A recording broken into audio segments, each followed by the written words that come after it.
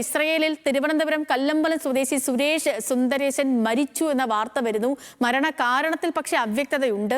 Embassy വഴി ഇന്നലെയാണ് ബന്ധുക്കളെ ഈ വിവരം അറിയിച്ചത്. ഇസ്രയേൽ തലസ്ഥാനമായ ടെൽ-അവീവിലാണ് സുരേഷ് ജോലി ചെയ്യുന്നതും. സനിസ ശോഭാ ചന്ദ്രൻ വിവരങ്ങളുമായി നമുക്കിപ്പോൾ തിരുവനന്തപുരത്ത് നിന്ന് ചേർന്നുണ്ട് തത്സമയം.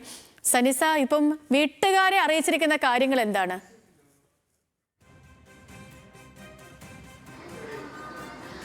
സേതു, ഇസ്രയേലിൽ ടെൽ-അവീവിൽ വെച്ചാണ് സുരേഷ് സുന്ദരേശൻ, കല്ലമ്പലം സ്വദേശിയായിട്ടുള്ള സുരേഷ് സുന്ദരേശൻ മരണപ്പെടുന്നത്. എന്നാൽ മരണകാരണം എന്താണെന്ന് വീട്ടുകാരെ അറിയിച്ചിട്ടില്ല. ഇത്തരത്തിൽ ഇസ്രയേലിലുള്ള ഒരു മലയാളി കൂട്ടായ്മയാണ് 18-ാം തീയതി വിവരം സുരേഷ് സുന്ദരേശന്റെ കുടുംബത്തെ അറിയിക്കുന്നത്. ഇതിനു മുൻപേ 11-ാം തീയതിയാണ് അവസാനമായിട്ട് സുരേഷ് വീട്ടിലുള്ളവരെ വിളിച്ചത്, ബന്ധുക്കളെ വിളിച്ചിരുന്നത്.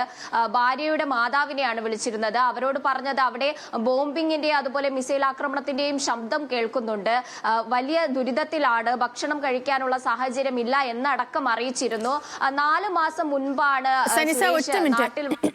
തുടരും സനിസ. ഞാൻ സനിസിലേക്ക് വരാം. ഇപ്പോ ഈ മരണപ്പെട്ട സുരേഷിന്റെ ബന്ധു വിനീത് നമുക്കിപ്പം ടെലിഫോൺ ലൈനിൽ ചേരുന്നുണ്ട്.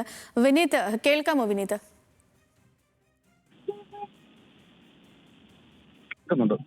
കേൾക്കുന്നുണ്ട്.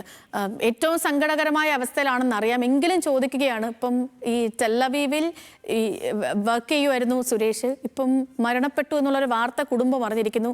എന്താണ് അവിടെ നിന്ന് നിങ്ങളെ അറിയിച്ചിരിക്കുന്ന കാര്യം? നമുക്ക് അവിടുന്ന് ഇതുവരെയും കമ്പനിയുടെ സൈഡിൽ നിന്ന് ഇതുവരെ ഈ നിമിഷം വരെ നമുക്ക് ആർക്കും ഒരു ഇൻഫർമേഷനും വന്നിട്ടില്ല.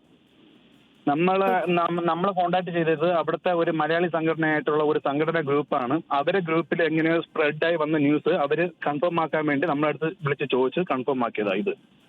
ഇവര് വിളിച്ചിട്ട് എന്താ വിനീത് പറഞ്ഞത്? സുരേഷ് എങ്ങനെ മരണപ്പെട്ടു, എങ്ങനെ എന്താ പറഞ്ഞത് നിങ്ങളോട്?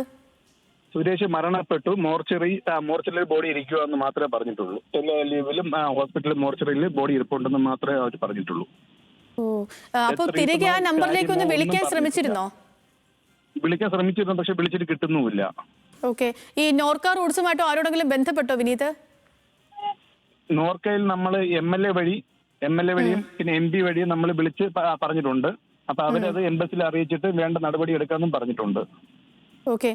ഈ സുരേഷിന്റെ വീടിന്റെ ഒരു പശ്ചാത്തലം എന്താണ്? വീട്ടിൽ ആരൊക്കെയാണുള്ളത്? വീട്ടില് ആകെ ഉണ്ടായിരുന്ന ഒരു അമ്മയും ചേട്ടനും ഇതിനു മുമ്പേ മരിച്ചായിരുന്നു. ലാസ്റ്റ് ഇപ്പൊ മരിച്ചതാണ് അമ്മ, ഒരു 4 മാസം മുമ്പ്. 4 മാസം മുമ്പാണ് അമ്മ മരിച്ചത്. അപ്പഴാണ് ഇപ്പൊ വന്നിട്ട് പോയിട്ട് ഇപ്പൊ 4 മാസം ആയിട്ടുള്ളൂ ഈ മരണത്തിന് വന്നിട്ട്. ഓക്കെ.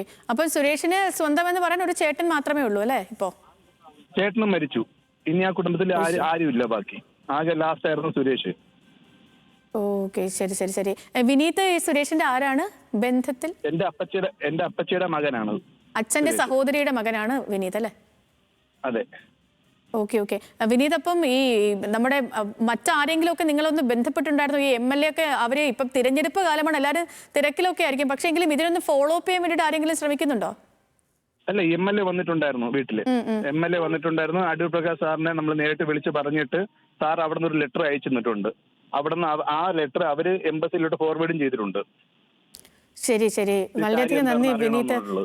എനിക്കറിയാം വല്ലാത്തൊരു അവസ്ഥയിലായിരിക്കും നിങ്ങളൊക്കെ ഒന്ന്. കാരണം എന്ന് വെച്ചാൽ ഒരു മരണം കഴിഞ്ഞിട്ടേ ഉള്ളൂ, തൊട്ട് പിന്നാലെ തന്നെ ആ കുടുംബത്തെ തേടി മറ്റൊരു സങ്കടകരമായ വാർത്ത കൂടിയാണ് വരുന്നത്. ഇതിലെ എന്താ സംഭവിച്ചതെന്ന് എല്ലാവർക്കും അറിയണം. ഇപ്പം വിനീതിനെ പോലെ തന്നെ ഞങ്ങൾക്കൊക്കെയും അത് എന്താ നടന്നതെന്ന് അറിയേണ്ട ഒരു ഉത്തരവാദിത്തം കൂടിയുണ്ട്. അപ്പോൾ എത്രയും വേഗം ഇതിലൊരു നടപടി ഉണ്ടാകുമെന്ന് പ്രതീക്ഷിക്കാം. വിനീത്, ഒരുപാട് നന്ദി ഞങ്ങൾക്കൊപ്പം ജോയിൻ ചെയ്തതിന്. സനിസ തുടരുന്നുണ്ട് നമുക്കൊപ്പം. സനിസ, അതായത് വീട്ടുകാർ പറയുന്ന അനുസരിച്ച് അവർക്ക് ഇപ്പം നേരത്തെ സനിസ പറഞ്ഞത് തന്നെയാണ്, അവർക്ക് കൃത്യമായ വിവരങ്ങളൊന്നും തന്നെ ലഭിച്ചിട്ടില്ല. ഒരു സംഘടനയിൽ നിന്നും വിളിച്ചതിന് ശേഷം ഈ സുരേഷ് മരണപ്പെട്ടു, മോർച്ചറിയിലാണ് മൃതദേഹം, ഇത് മാത്രമാണ് ആ കുടുംബത്തിനും അറിയാവുന്നത്. ഇപ്പോൾ അദ്ദേഹം പറയുന്ന, വിനീത് പറയുന്ന അനുസരിച്ച് അവർക്ക് സങ്കടകരമാണ് വീടിൻ്റെ അവസ്ഥ. ആരുമില്ല ഇനി ആ കുടുംബത്തിൽ. അമ്മ 4 മാസം മുന്നേ മരിച്ചു. ഉണ്ടായിരുന്നത് ബന്ധമായിട്ടുണ്ടായിരുന്ന മറ്റൊന്ന് ചേട്ടനാണ്, അദ്ദേഹവും പോയി. ഇപ്പോൾ ഒരു കുടുംബം ഇല്ലാണ്ടാവുന്നു. അതേ സേതു, ആ വീട്ടിൽ ഇപ്പോൾ ഭാര്യയും ഈ സുരേഷിന്റെ ഭാര്യയും 10ഉം 12ഉം വയസ്സുമുള്ള 2 കുട്ടികളും ഭാര്യയുടെ മാതാവും മാത്രമാണുള്ളത്. അത്തരത്തിലുള്ള ഒരു അവസ്ഥയാണ്. 4 മാസം മുൻപാണ് സുരേഷിന്റെ അമ്മ മരണപ്പെട്ടത്. അതുമായി ബന്ധപ്പെട്ട് സുരേഷ് നാട്ടിലേക്ക് വന്നിരുന്നു. തിരിച്ച് ഇസ്രയേലിൽ പോയിട്ട് ഇപ്പോൾ 4 മാസം ആവുന്നേ ഉള്ളൂ. ആദ്യഘട്ടത്തിൽ എയർപോർട്ടിലായിരുന്നു സുരേഷിന് ജോലി. പിന്നീട് എയർപോർട്ട് അടച്ച ഒരു സാഹചര്യത്തിലാണ് തെല്ലവീവിലേക്ക് മാറുന്നത്. അവിടെ ഒരു കൺസ്ട്രക്ഷൻ കമ്പനിയിലായിരുന്നു ജോലി. പക്ഷെ ജോലിയും ഭക്ഷണവും ഒന്നുമില്ലാത്ത ഒരു അവസ്ഥയിലൂടെ ആയിരുന്നു സുരേഷ് ഇസ്രയേലിൽ കടന്നുപോയിരുന്നത്. ഭാര്യ മാതാവിനോടായിരുന്നു ഈ പ്രശ്നങ്ങളൊക്കെ സുരേഷ് പറഞ്ഞിരുന്നത്. കൂടാതെ തന്നെ അവിടെ ബോംബിംഗ്, മിസൈൽ ആക്രമണവും ഉണ്ട്. തന്റെ അടുത്തുള്ള താൻ ഒരു കണ്ടെയ്നറിലാണ് താമസിക്കുന്നത്. അതിൽ മലയാളികളൊന്നും ഉണ്ടായിരുന്നില്ല, ഹിന്ദി സംസാരിക്കുന്നവരായിരുന്നു, ഹിന്ദിക്കാരായിരുന്നു ഉണ്ടായിരുന്നത് എന്നടക്കം ഇത്തരത്തിൽ ഭാര്യ മാതാവിനോട് പറഞ്ഞിരുന്നു. അവിടെ ബോംബിംഗ് നടക്കുമ്പോൾ വലിയ ഒരു ഭീതിയിലായിരുന്നു, ഉറങ്ങാൻ പോലും കഴിയാത്ത ഒരു അവസ്ഥയിലായിരുന്നു സുരേഷ് കടന്നുപോയത് എന്നാണ് ഈ ഭാര്യ മാതാവിനോട് ഫോണിലൂടെ സംസാരിച്ചത്. 13-ാം തീയതിയാണ് അവസാനമായിട്ട് സുരേഷ് ഫോൺ കോളിലൂടെ ബന്ധപ്പെടുന്നത്. അതിനുശേഷം എത്ര മെസ്സേജ് അയച്ചിട്ടും വിളിച്ചിട്ടും സുരേഷിനെ ബന്ധപ്പെടാൻ പറ്റാത്ത ഒരു സാഹചര്യമായിരുന്നു. ആ ഒരു സാഹചര്യത്തിലാണ് മലയാളി കൂട്ടായ്മയിൽ നിന്നും ഈ കുടുംബാംഗങ്ങൾക്ക് ഈ ഒരു കോള് വരുന്നത്, സുരേഷ് മരണപ്പെട്ട വിവരം പറയുന്നത്. എന്നാൽ എങ്ങനെ മരിച്ചു, എന്ത് സംഭവിച്ചു എന്നതിൽ വലിയ അവ്യക്തത തുടരുകയാണ്.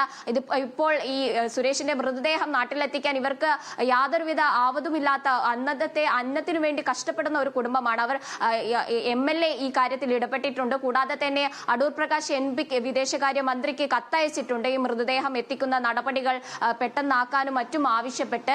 ഇത്തരത്തിൽ ഈ മൃതദേഹം എത്രയും പെട്ടെന്ന് നാട്ടിലെത്തിക്കണം, എന്താണ് മരണകാരണം എന്ന് അറിയണം എന്നതാണ് കുടുംബത്തിന്റെ ഏറ്റവും വലിയ ആവശ്യമായി ഉയർന്നു വന്നിട്ടുള്ളത്. സേതു. ശരി സനിസ, ശരി, ഓക്കെ. അപ്പം ഈ പെട്ടെന്ന് ഒരു ഇടപെടലുണ്ടായി അദ്ദേഹത്തിന്റെ മൃതദേഹം നാട്ടിലേക്ക് എത്രയും വേഗം എത്തിക്കുമെന്ന് കരുതാം. അതിനൊപ്പം തന്നെ എല്ലാവർക്കും, കുടുംബത്തിനൊക്കെയും ഇത് എന്താ സംഭവിച്ചത്, ഒരു മനുഷ്യന്റെ ജീവൻ നഷ്ടപ്പെട്ടു പോയി എന്ന് പറയുന്ന കാര്യം, അതും നമുക്ക് അടുത്തില്ല, എത്രയെങ്കിലും മൈൽ അകലെയുള്ളൊരു സ്ഥലത്തിരിക്കുന്ന ഒരാളാണ്. അപ്പോൾ എന്താ സംഭവിച്ചതെന്ന് അറിയാൻ ആ കുടുംബത്തിന് ധാർമ്മികമായും അവകാശമുണ്ട്.